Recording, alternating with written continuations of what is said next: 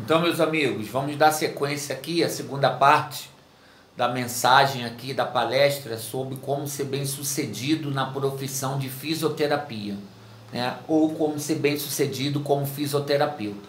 Então, nós vimos nas aulas, na primeira mensagem, que eu estou dividindo para não ficar bem grande, tudo o que nós vimos agora há pouco, ou seja, os atributos do ser fisioterapeuta, o ato de avaliar, reavaliar, condições de alta, atos de manipular, né? Atos de restaurar, que nós recuperamos a saúde física do nosso paciente. Então, olha só, respaldados então pela nossa legislação, fica claro que devemos fazer uso ao máximo do que nossa profissão nos habilita. Mas para isso devemos compreender dois aspectos determinantes, que é o quê? Qualquer método de reeducação funcional só faz sentido se compreendido nas bases morfofuncionais. Aqui é uma postura de RPG, né, chamada bailarina, uma dos últimos estágios, porque eu sou RPGista também. Aqui nós compreendemos aqui o que? Uma cadeia, aqui é a cadeia mestra posterior. Isso aqui é para ilustrar como o corpo humano trabalha a nível morfofuncional. Os músculos estão todos interligados. Eu tenho que compreender isso. Então me desculpa dizer, mas muitos que reclamam da fisioterapia, que não obtêm sucesso, é porque não faz uso dessa avaliação, né?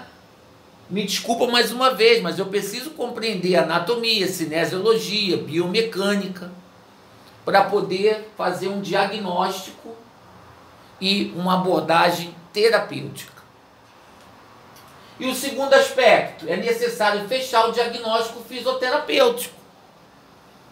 Porque uma das coisas que eu luto há mais de 22 anos, porque quando eu era acadêmico eu já discutia isso academicamente com meus colegas de faculdade e até mesmo com alguns supervisores. Por que não temos o diagnóstico? Por que não damos o diagnóstico? O médico vem o paciente vem do médico e vem direto fazer fisioterapia. Então me desculpa, eu vou falar mais uma vez, não é o paciente que diz o que eu tenho que fazer, não é o médico, não é ninguém. Mas para isso eu preciso fechar o meu diagnóstico fisioterapêutico. Eu preciso entender qual é a disfunção que meu paciente apresenta. Ele está com o quê? Está com alteração de força muscular. Maravilha! Mas quais são os grupamentos? Qual é o grau de força? É 0? É 1? 2? 3? 4? Porque o 5 é o normal.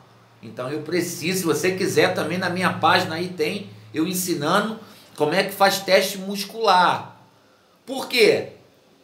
O teste muscular direciona o tipo de cinesioterapia que eu tenho que fazer. Ok?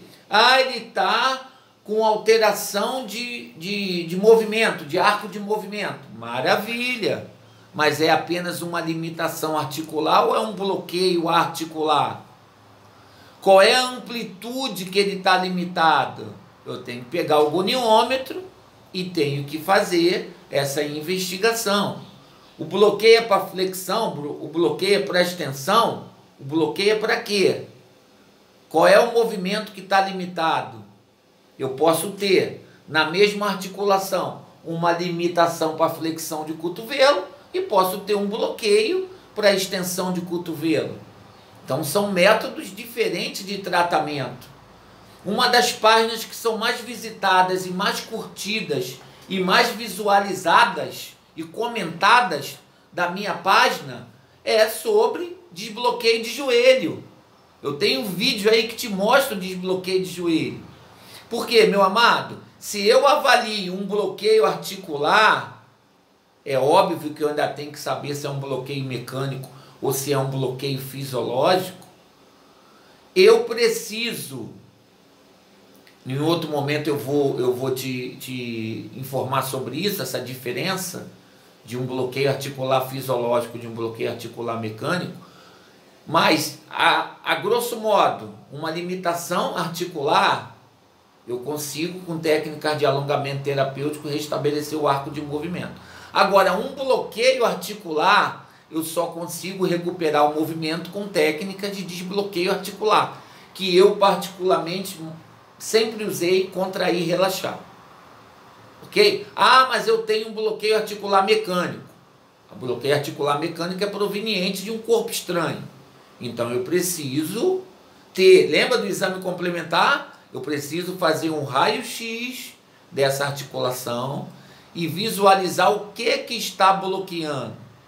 Pode ser um fragmento ósseo, pode ser um osteófito, pode ser uma placa metálica, uma haste, um parafuso, pode ser uma série de outras coisas. Aí eu não posso fazer o desbloqueio articular, mas eu tenho que orientar esse paciente a retornar ao médico para ele poder fazer a manipulação clínica, conforme nós vimos lá na definição, né? Que a gente intervém depois da manipulação clínica. A nossa manipulação ela é funcional, tá?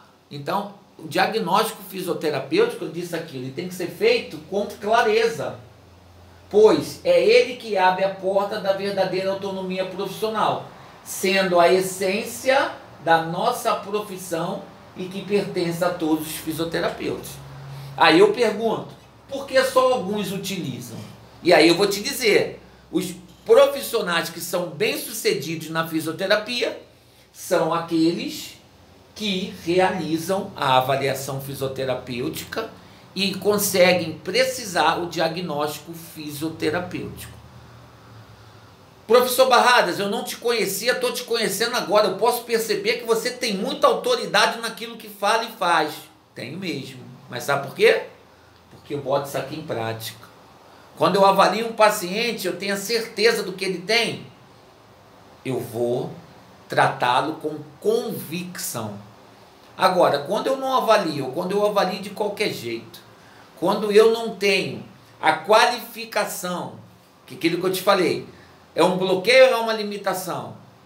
É força muscular, mas qual é o grau? Então, quando eu não tenho essa clareza, eu não vou ter segurança para poder atender o meu paciente. Aí o que o médico falar, eu não vou poder contra-argumentar. O que o paciente falar, então todo mundo fala e eu deixo, porque eu não tenho certeza do que eu estou falando, do que eu estou fazendo, né? E eu tenho que te lembrar que o paciente foi até você. Ah, mas o paciente quer fazer isso. Faça isso que o paciente quer fazer. Ele não vai melhorar e depois ele vai botar a culpa em você. A autonomia é sua, não é do paciente.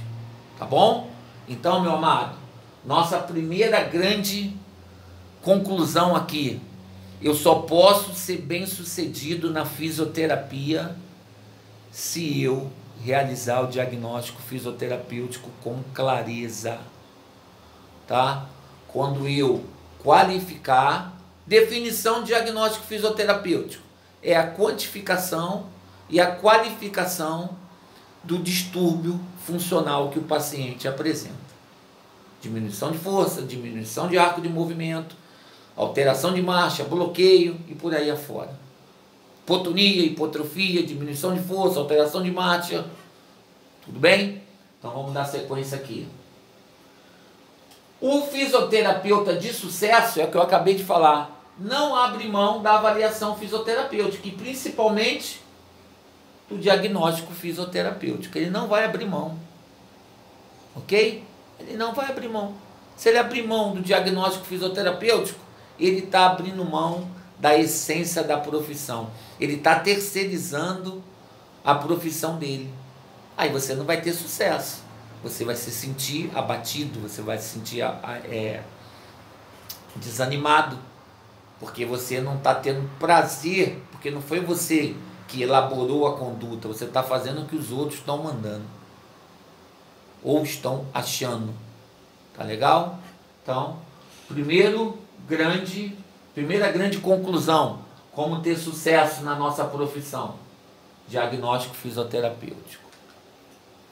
O fisioterapeuta de sucesso tem que realizar a avaliação fisioterapêutica através do raciocínio clínico. Você entendeu, né? Que o diagnóstico fisioterapêutico é fruto do processo de avaliação. E agora eu estou entrando no seguinte: como é que eu faço essa avaliação? Como é que eu procedo? Eu procedo através do raciocínio clínico. Eu sempre disse para os meus alunos que o processo de investigação, o processo de avaliação do paciente se resume a duas situações: raciocínio clínico e bom senso clínico. Você raciocinou clinicamente em cima do paciente, você descobriu a disfunção que ele apresenta. Feito isso, você vai ter bom senso clínico na hora de elaborar a conduta terapêutica. Aquilo que eu te expliquei agora há pouco. Ah, ele tem uma limitação articular. Eu não preciso fazer desbloqueio articular. Eu posso fazer apenas alongamento terapêutico passivo. Eu tenho um bloqueio articular. Então eu tenho que fazer um bloqueio articular fisiológico. Então eu tenho que fazer o desbloqueio articular. Eu tenho uma diminuição de força. Qual o grau? 2. Então eu tenho que fazer cinesioterapia passiva. Qual é o grau? 3. Cinesioterapia ativa livre. Grau 4. Ativa resistida. Cinesioterapia ativa resistida. Eu tenho grau 0 ou 1. Cinesioterapia passiva. Tá entendendo aí, meu amado? O diagnóstico fisioterapêutico é que direciona toda a tua conduta terapêutica. Entre o diagnóstico e a conduta, que é o tratamento, nós ainda temos uma coisa chamada objetivos do tratamento. Nós vamos ver daqui a pouco. Tá? Então, ó, como é que eu faço esse raciocínio clínico? Como é que eu faço? Eu estou perguntando aqui, ó. Maitland, uma das maiores autoridades em terapia manual, porque eu sou também terapeuta manual, vai dizer o quê? Que a comunicação é um dos aspectos mais importantes, pois faz com que o fisioterapeuta se comprometa com seu paciente. Professor Barradas, aonde que eu vou me comunicar com o paciente? Num processo de avaliação mais do que nunca. Mas uma avaliação se utilizando de métodos e técnicas apropriadas. Então, numa ficha de avaliação, eu tenho dados pessoais do paciente, eu tenho a anamnese. Esses dois momentos, muita comunicação. Depois eu entro no exame físico. Então, você já reparou? Eu sempre dou exemplo. Lá no relacionamento, se você não se comunica, você não se compromete. Só tem compromisso quem se comunica. Você está com uma pessoa que só ela fala, ou melhor, só você fala, ela não te dá feedback nenhum. Você não sabe se ela está... Provavelmente ela só está envolvida contigo, ela está te ouvindo, mas ela não quer ter compromisso contigo. Tá? Então, quem se comunica, profissional fisioterapeuta, ele tem que se comunicar tecnicamente. Quanto mais eu me comunico, eu explico o que o paciente tem. Ó, a senhora está com diminuição de força aqui, a senhora está com excesso de tensão ali, a senhora está... Você está se comprometendo com o paciente, a recíproca vai ser verdadeira. Ele também vai se comprometer contigo e com o processo fisioterapêutico. Então, eu vou encerrar aqui, que já está nos 15 minutos, chegando próximo dos 15 minutos, explicando no vídeo 3 como é a comunicação desse paciente. Eu acho que eu ainda tenho um tempinho. Para que isso ocorra é necessário começar a anamnese, que eu falei agora há pouco.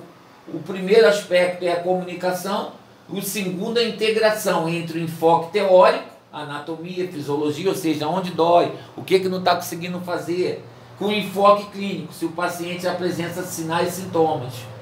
E para complementar esse raciocínio clínico, é necessária a realização do exame físico, onde deveremos encontrar anormalidades físicas relevantes para cada caso, correlacionando a queixa do paciente com a relação com a região que ele acredita está afetada. Então a anamnese ele disse para mim, estou com dor no pescoço. Beleza, você tem que conhecer os aspectos anatômicos, fisiológicos. Estou com a dor que desce para o meu braço. Beleza, você vai partir para o exame físico. No exame físico, aqui ó, estou dando um exemplo aqui de uma palpação Eu vou palpar aquela região, é exame físico, e vou ver se realmente naquela área ele tem dor. Tá? Então, ó, após ser completado o exame subjetivo e objetivo, subjetivo anamnese, objetivo exame físico, nós vamos ter informações suficientes para quê? Concluir o diagnóstico fisioterapêutico com clareza. Tudo bem? Então eu vou encerrar esse vídeo aqui, vou passar para o vídeo 3 daqui a pouco. Me acompanha aí.